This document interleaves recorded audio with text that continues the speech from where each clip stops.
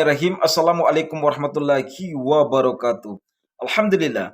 Alhamdulillahirabbil alamin. Segala puji bagi Allah Tuhan semesta alam yang hari ini mempertemukan kita semua. Mudah-mudahan kita semua dalam keadaan sehat walafiat. Amin ya rabbal alamin. Alhamdulillah, bapak-bapak dan ibu-ibu yang saya cintai karena Allah Subhanahu wa taala. Malam ini insya Allah Bapak akan mengajak kepada kita semua untuk kembali mempelajari mata kuliah kita, yaitu metodologi penelitian. Insya Allah malam ini agak berbeda karena Bapak akan membuat video ini dalam bentuk praktek secara langsung, yaitu membuat karya ilmiah berupa proposal penelitian itu sendiri.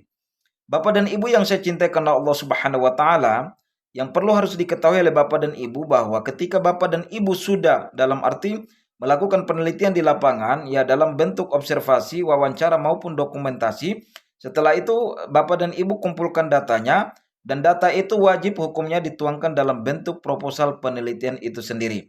Mudah-mudahan di malam ini, di episode kedua ini, Bapak akan membahas satu persatu bagaimana tata cara penulisan sistematika penulisan proposal penelitian. Begitupun sebelum kita menulis, terlebih dahulu kita harus menentukan kertasnya. Oke, Bapak dan Ibu yang saya cinta karena Allah Subhanahu wa taala, malam ini Bapak akan ajarkan satu persatu. Mudah-mudahan bisa menjadikan pedoman bagi Bapak dan Ibu ketika mengerjakan proposal penelitian itu sendiri. Begitupun bisa menjadi pedoman bagi Bapak dan Ibu ketika melakukan penelitian di lapangan. Oke, langsung kita mulai. Let's go.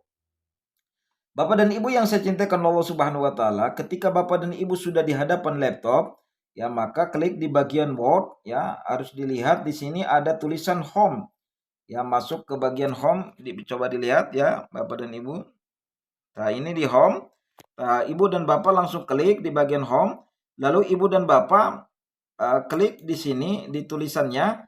Pada umumnya sudah digunakan oleh universitas baik negeri maupun swasta di seluruh Indonesia, bahkan di seluruh dunia, gitu ya. Di sini tulisannya Times New Roman, dalam arti ketika kita klik di sini, lalu kita klik di ukuran kertasnya, yaitu ukurannya bukan 11 tapi 12. Ya, harus diingat ya, 12. Setelah itu kita pindah lagi ke paragraf. Di bagian paragraf ini kita klik. Di sini ada tulisan 10. Ya, kalau tulisan 10 ini kita kosongin jadi 0 ya. Kita klik di sini jadi 0. Setelah itu kita klik jangan oke tapi set as default. Di sini kita klik. Oke, setelah itu baru kita di bagian ukuran hurufnya, ya jarak hurufnya kita klik di sini 1,5. Ingat, 1,5. Setelah udah selesai di bagian home, lalu kita ke bagian backlight, yaitu di sini kita klik. Ya, udah bisa kelihatan kan? Setelah itu kita tentukan ukurannya bukan legal, biasa pada umumnya skripsi itu menggunakan A4, kertas A4 ya. Oke, udah bisa dilihat ya. Oke, setelah itu lalu kita tentukan di sini, klik di bagian margin. Ya, margin terus turun ke bawah, ada tulisan margin. Ya, di sini kita tentukan ya ukuran samping kanan, kiri, atas itu kita harus tentukan. Nah, di sini Bapak udah tentukan terlebih dahulu. Jadi yang di samping kiri itu 4 cm, di bawahnya 4 cm. Begitupun yang di samping kanan ada 3 cm, begitupun di samping di bawahnya juga 3 cm. Setelah itu kita jangan klik oke, tapi diklik set as default. Di sini kita klik ya. Nanti biar dia nggak berubah kertasnya. Setelah kertasnya kita sudah berubah, lalu kita langsung masuk dalam tahap penulisan. Di sini Bapak udah siapkan tulisannya biar nggak lama ya ketika kita mengerjakannya. Oke, di sini Bapak sudah menulis di sini. Dan harus diperhatikan oleh Bapak dan Ibu bahwa biasa di koper itu ya, setiap kampus kemarin Bapak udah sampaikan, setiap kampus itu mempunyai keunikan tersendiri ya. Mohon maaf ya. Biasanya kalau seandainya di kampus UIN ataupun di kampus Uninus ataupun di kampus-kampus yang lain swasta ataupun negeri itu mempunyai ciri khas tersendiri. Ada, mohon maaf, ada yang skripsi di atas baru judul. Ada juga yang diajukan dulu baru judul baru skripsi. Gitu ya. Jadi nanti Bapak dan Ibu ketika lihat skripsi orang lain jangan bingung. Gitu ya, karena di situ punya keunikan masing-masing. Karena kita kuliah di kampus Imam Syafi'i, maka harus ikut juga ketentuan ataupun pedoman yang ada di Imam Syafi'i. Imam Syafi'i menentukan dalam arti pedoman skripsi seperti apa ataupun proposal seperti apa, ya kita ikutin di mana tempat kita kuliah.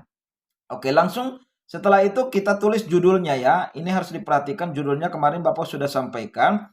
Di sini ada 4 hal yang harus kita bahas di sini dalam judul.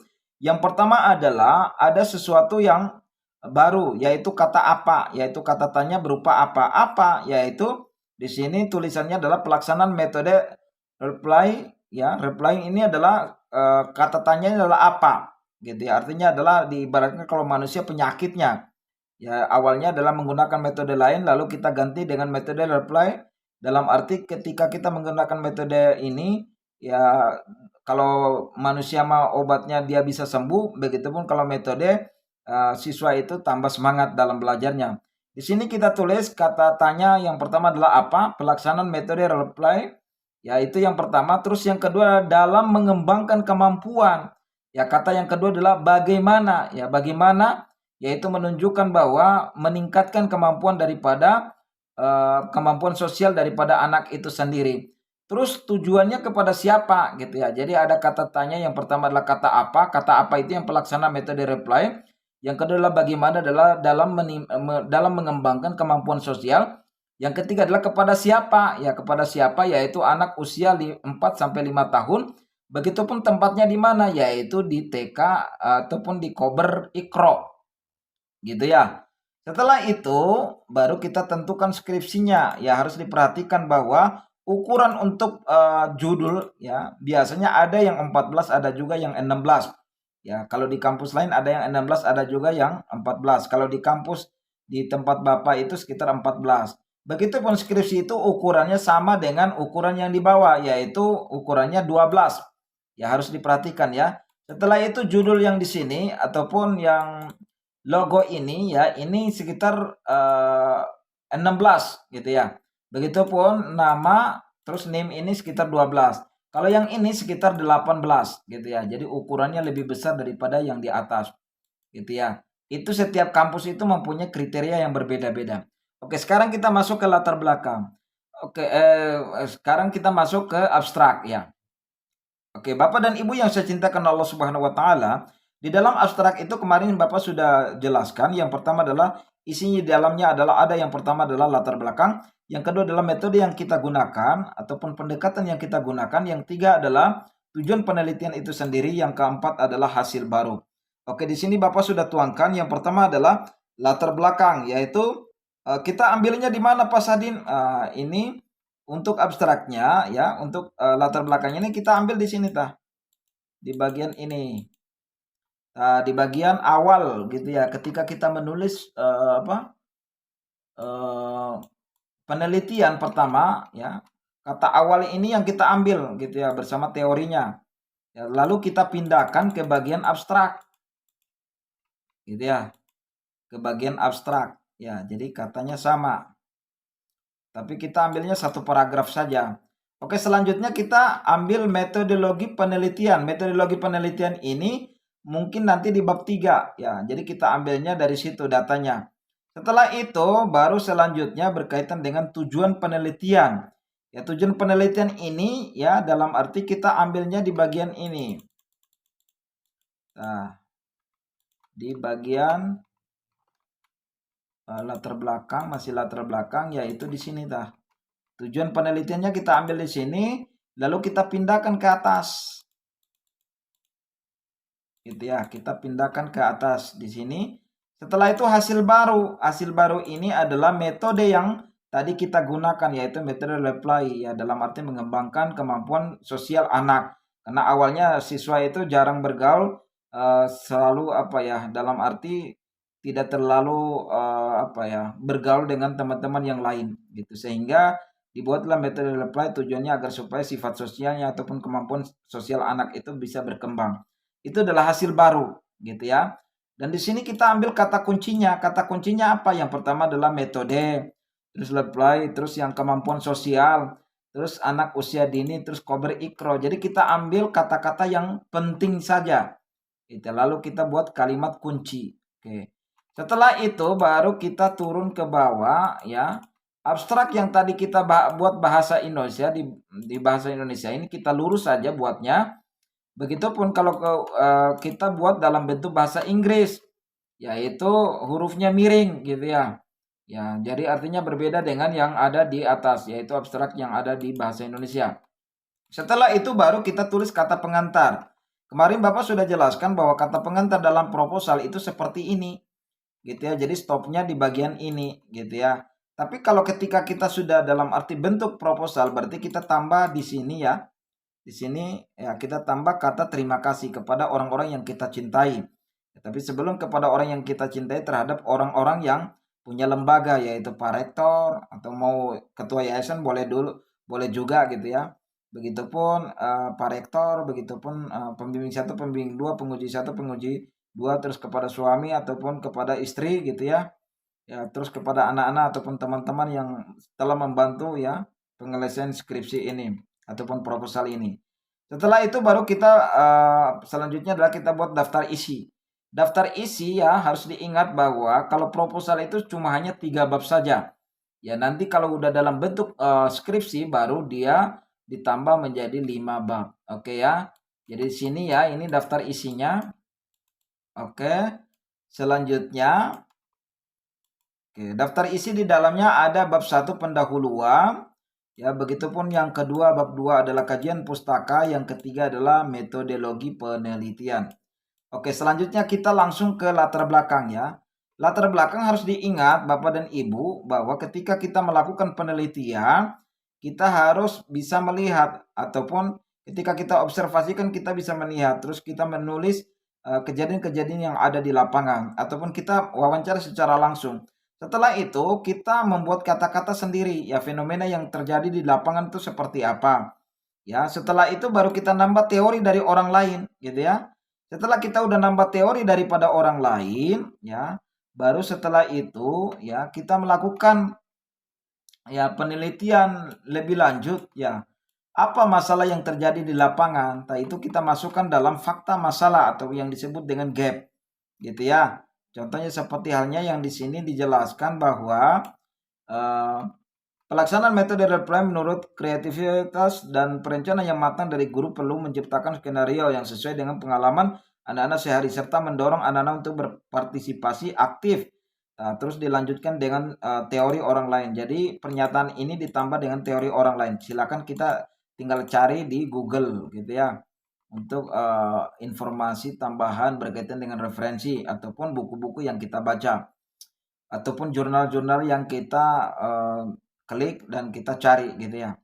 Setelah itu baru kita temukan ternyata di lapangan itu gitu ya banyak anak usia dini yang mengalami hambatan dalam berinteraksi sosial. Jadi di sini adalah masalah utamanya adalah berkaitan dengan masalah interaksi sosial. Jadi dalam arti sebagian anak-anak di usia 4 sampai 5 tahun itu masih menunjukkan perilaku individu seperti hanya enggan berbagi mainan, sulit bekerja sama dengan teman-teman yang lain, kurang mampu menyampaikan pendapat secara sopan gitu ya. Sehingga dengan metode reply ini yang membantu siswa untuk bisa berkomunikasi dengan baik, begitupun bersosial dengan baik. Setelah itu ya setelah kita udah menemukan masalahnya, lalu kita dalam arti ya memberikan solusi, yaitu metode yang kita gunakan gitu ya. Metode yang kita gunakan itu apa gitu ya, sehingga meningkatkan kemampuan siswa dalam berinteraksi sosial itu sendiri. Begitupun setelah itu kita cari referensi yang sesuai dengan masalah yang tadi kita temukan di lapangan gitu ya, cari referensi. Mohon maaf kalau di kualitatif itu kita cari referensi yang 5 tahun ke belakang ataupun 10 tahun ke belakang. Artinya bahwa teori-teori yang udah lama gitu yang kita ambil, jangan yang baru. Kalau yang baru itu buat kuantitatif. Kalau yang lama semacam 5 tahun ke belakang itu siapa aja yang mengungkapkan teori-teori yang berhubungan dengan judul kita, itu yang kita ambil, yaitu 5 tahun ke belakang. Kalau seandainya 5 tahun ke belakang nggak ada, berarti kita ambil yang di 10 tahun ke belakang. Yang penting ada teori-teori pendahulu kita ataupun teori penelitian terdahulu. Oke, setelah itu baru kita masuk di bagian selanjutnya ya, yaitu berkaitan dengan tujuan penelitian. Ya, tujuan penelitian itu bertujuan untuk mengetahui pelaksanaan metode reply dalam mengembangkan kemampuan sosial anak usia 4 sampai 5 tahun di Kober Ikro gitu ya. Dari tujuan ini ya, setelah itu kita ambil lalu kita buat dalam bentuk rumusan masalah. Jadi tujuan yang kita sebutkan di sini nanti kita pindahkan di bagian rumusan masalah. Setelah itu yang terakhir adalah hasil baru. Jadi penelitian ini kita harus sampaikan bahwa penelitian ini sangat penting sekali. Ya, karena tidak hanya menyelesaikan masalah penelitian akan tetapi menutupi kekurangan studi terdahulu. Maksudnya apa Pak Sadin? Maksudnya adalah dulu studi terdahulu itu belum menjelaskan berkaitan dengan metode reply. Itu sehingga kita menghasilkan sesuatu metode baru begitu berkaitan dengan metode reply. Dalam arti setelah itu baru kita tuangkan dalam bentuk hasil baru itu sendiri. Setelah itu yang terakhir adalah kita langsung ya menyimpulkan dari masalah itu. Berdasarkan uraian tersebut, peneliti tertarik untuk melakukan penelitian ya mengenai pelaksanaan metode reply dalam mengembangkan kemampuan sosial anak usia 4-5 tahun di Kober Ikro gitu ya. Dan penelitian diharapkan memberikan gambaran yang mengenai proses pelaksanaan. Ya, setelah itu baru ya kita buat rumusan masalahnya. Rumusan masalahnya kita ambil di mana? Rumusan masalahnya kita ambil di tujuan penelitian itu sendiri. Gitu ya. Setelah kita udah buat kata-katanya lalu kita pindahkan di sini. Nah, Bapak sampaikan bahwa ada kata rumusan, ada kata masalah di sini. Kalau rumusan itu berkaitan dengan kata pertanyaan, masalah adalah masalah yang akan kita bahas. Jadi, masalah-masalah ini kita buat dalam bentuk rumusan masalah. Setelah itu kita buat yang kedua adalah tujuan penelitian. Nah, tujuan penelitian ini kita pindahkan rumusan masalah ini, pindahkan ke bawah, kata-katanya sama, cuma hanya kata tanya ini kita ganti dengan kata untuk mengetahui.